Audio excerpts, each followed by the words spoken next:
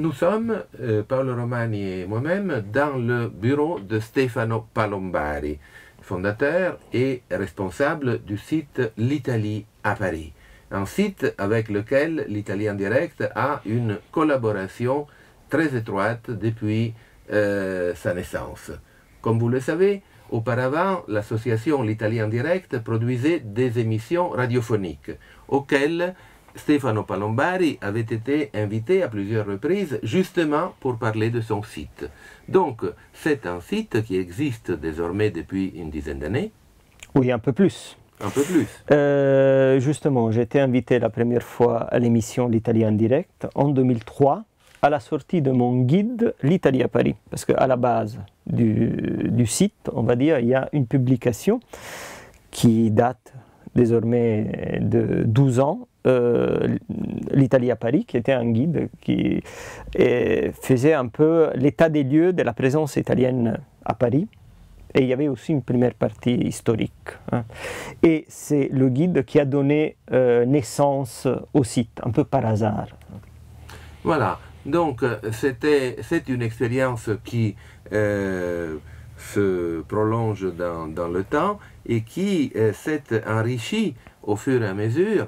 Le site L'Italie à Paris représente une référence, disons, une référence incontournable pour ceux qui s'intéressent à la présence italienne à Paris.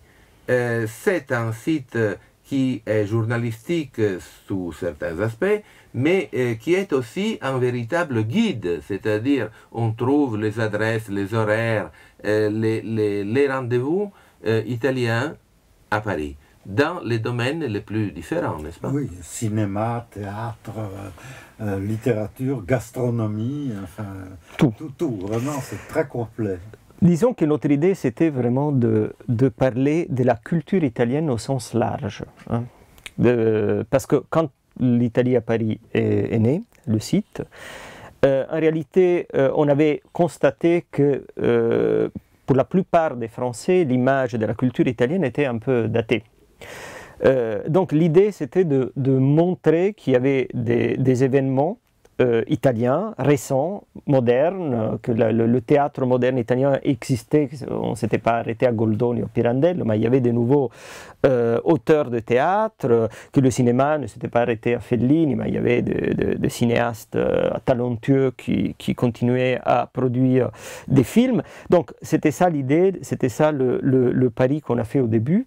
Et que la gastronomie ne s'arrête pas à la pizza, mais qu'il y a autre chose en Italie et en particulier à Paris. Justement, on était parmi les premiers à inclure la gastronomie à l'intérieur de la culture, parce que pour nous, la gastronomie, effectivement, fait partie de la culture d'un peuple, et donc pourquoi ne pas en parler si on en parle sérieusement. Donc la gastronomie, effectivement, est un des volets de l'Italie à Paris, parmi les plus consultés, on peut dire. Tout à fait. Et moi, j'ai eu le plaisir de connaître Stefano en tant que gourmand et gourmet.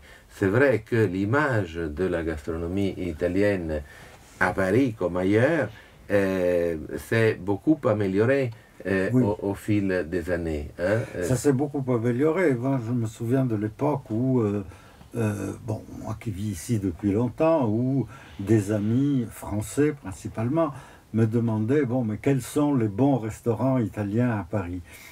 C'était pas évident de leur indiquer quels étaient les bons restaurants vraiment bons, n'est-ce pas? Mais depuis quelques années, ça a énormément évolué, n'est-ce pas? Oui, oui, oui. Surtout les 5 dernières années, je dirais, il y a eu vraiment une transformation de la proposition gastronomique italienne à Paris. Il y a des jeunes chefs cuisiniers qui se sont installés à Paris, mais des vrais chefs. Donc ce n'étaient pas des gens qui faisaient d'autres métiers auparavant et après un peu pour essayer de trouver quelque chose de différent, se mettaient à cuisiner. Non, c'est des vrais chefs cuisiniers. Donc la cuisine italienne, dans l'esprit des Français, a changé un peu les traits et c'est devenu une vraie cuisine intéressante. Donc les Français nous reconnaissent maintenant pas uniquement des bons produits, mais aussi un savoir-faire qui donc Voilà, devient exactement, intéressant. exactement. Et ça paraît un peu étonnant, mais on va dire cette passion des Français pour la gastronomie italienne détend aussi sur les vins. Donc les vins italiens sont de plus en plus appréciés et surtout l'immense richesse qu'on a des cépages, que les Français n'ont pas, tous ces cépages que nous avons dans toutes les régions italiennes. Il y a des cépages autochtones. Il y a 1000 cépages en Italie et à peine 50 en France. Voilà, c'est quelque chose qui fascine énormément les Français et je peux le comprendre. Mais nous-mêmes, on a redécouvert nos cépages récemment parce qu'avant, certains cépages étaient un peu négligés. Maintenant, il y a vraiment des bons vins et chacun avec une nuance particulière qui est donnée par le cépage, le territoire, etc. Et les Français commencent vraiment à apprécier nos vins. Même des chefs étoilés commencent à acheter des vins italiens. Mais la gastronomie italienne, c'est vrai que je fais une petite incident, la gastronomie italienne plaît beaucoup aux Français, aux Parisiens surtout. En même temps, moi j'ai la sensation que le succès de la gastronomie italienne les irrite un tout petit peu. Oui, les irrite pour certains et pour d'autres, ils essayent d'en tirer profit parce qu'il y a pas mal de chefs cuisiniers français assez connus qui se mettent maintenant à la cuisine italienne. Ils ouvrent leur restaurant italien. Guy Martin, c'est un des exemples, hein, mais il a fermé son restaurant parce que voilà, je pense que le chef cuisinier français doit faire de la cuisine française et ne pas se mettre à faire de la cuisine italienne parce que ce n'est pas ce que lui réussit le mieux, je trouve. Hein. On laisse les chefs italiens faire leur métier et les chefs français aussi. Oui, je dirais que dans les restaurants français, il y a souvent, aujourd'hui, une proposition de cuisine métissée. C'est-à-dire une cuisine où il y a une base qui est française, mais il y a également des ajouts provenant de la cuisine italienne comme de la cuisine asiatique. Enfin, c'est plutôt cette formule métissée qui a pris le dessus. Ce qui aurait été considéré comme du blasphème autrefois. Oui, la fusion. Hein. Ouais, fusion, hein, la cuisine fusion. Ouais, oui. C'est ce terme anglais. Oui, effectivement. Et souvent, on se perd un peu parce qu'on trouve des restaurants qui n'ont pas vraiment d'ancrage dans aucun territoire. Donc on mange une cuisine qui souvent n'a pas d'âme, parce qu'elle n'a pas d'origine. Hein, n'ayant pas d'origine, c'est difficile. De toute manière, pour revenir aux restaurants italiens, qui constituent l'objet des attentions ponctuelles de l'Italie à Paris, c'est vrai que l'offre de restaurants italiens à Paris désormais présente une gamme allant du fast-food jusqu'à la cuisine la plus raffinée, enfin, et à travers tous les niveaux intermédiaires. Heureusement qu'il y a le slow food aussi, et pas seulement le fast-food. Exactement, il y a le slow food, donc une cuisine qui demande du temps. Mais il ne faut pas donner l'impression que l'Italie à Paris s'occupe uniquement de cuisine. Non, mais une chose, pour rester, une dernière chose sur la cuisine, parce que comme on parle de notre site, je voulais annoncer qu'à partir du 10 octobre, nous lançons la 3e édition du championnat de pâtes, championnat italien de pâtes. Alors, c'est un jeu, hein, à la base c'est un jeu, mais c'est un jeu instructif. C'est un jeu qui vous permet de vous amuser tout en apprenant la différence des plats de pâtes dans chaque région. Donc ça fonctionne un peu comme un championnat de foot, hein, mais c'est les régions italiennes qui s'affrontent. C'est le mondial de la pâte. Mais non, c'est italien, c'est pas le mondial, c'est vraiment un championnat italien parce qu'il y a différentes régions qui s'affrontent et les gens mangent 2 plats de pâtes. Chaque plat d'une région différente et ils votent à la fin pour le plat qu'ils ont préféré et la région qui gagne passe à la phase suivante. L'année dernière, c'était la 2e édition et on a eu un succès énorme. Il y a plus de 1000 personnes qui ont participé au championnat et là, à partir du 10, au restaurant di Como, qui est dans le 7e, on lance la 3e édition du championnat.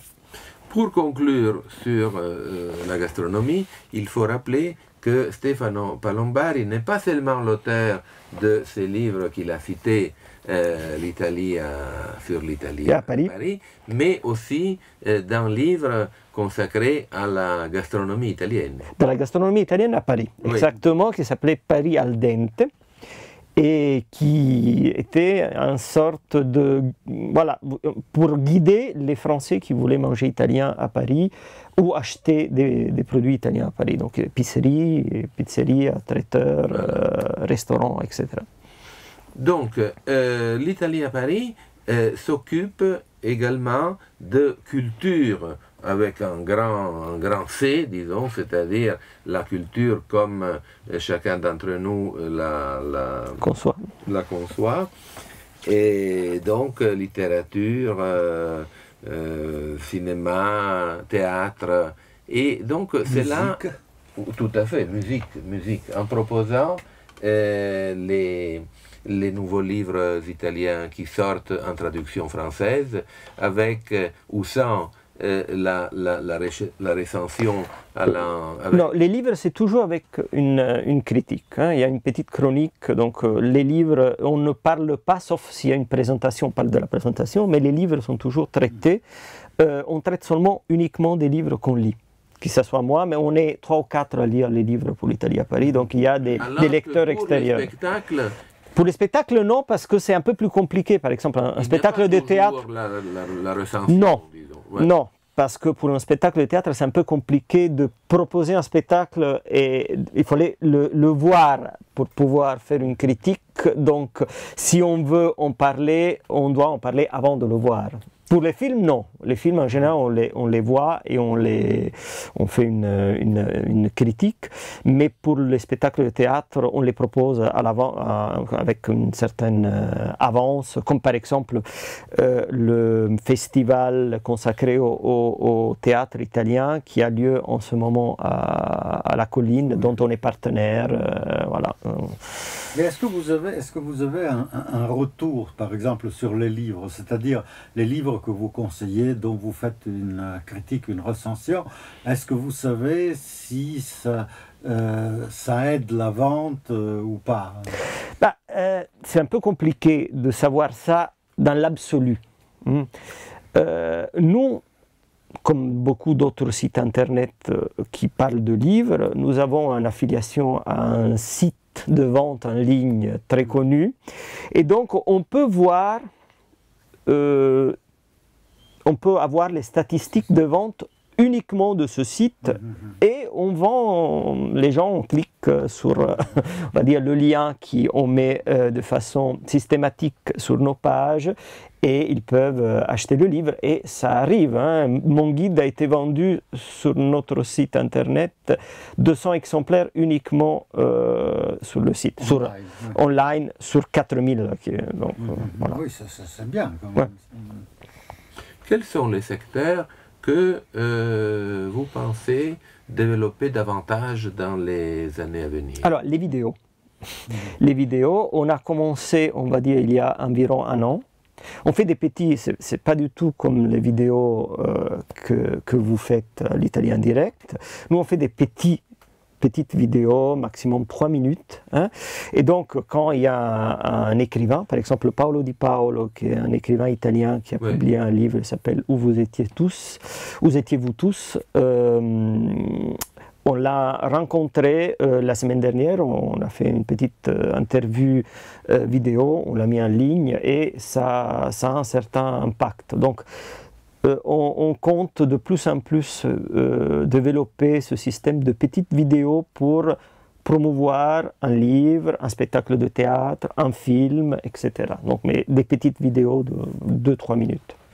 Oui, nous on s'est aperçu que les vidéos un peu plus longues qui essayent d'analyser un certain personnage ou une certaine initiative sont souvent utilisées par le site de la société ou de l'initiative même qui est au centre de notre vidéo. Donc il n'y a pas que les visiteurs de l'Italien Direct qui regardent la vidéo, mais aussi les usagers, pour ainsi dire, de telle ou telle initiative. Il est arrivé que certaines de nos vidéos soient utilisées par des journaux aussi.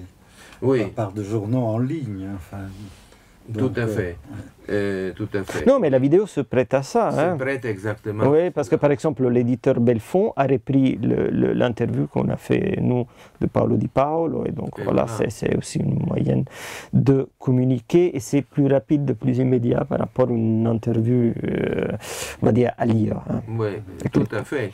Et je dois dire, même si c'est malheureux de dire ça, mais quand il y a une personnalité qui, hélas, meurt, il y a bien sûr une concentration d'attention et certaines vidéos, surtout si elles présentent des caractéristiques d'efficacité, sont largement utilisées. Oui. Donc c'est très utile d'avoir des archives qui proposent des entretiens avec des personnalités qui un jour malheureusement nous quittent.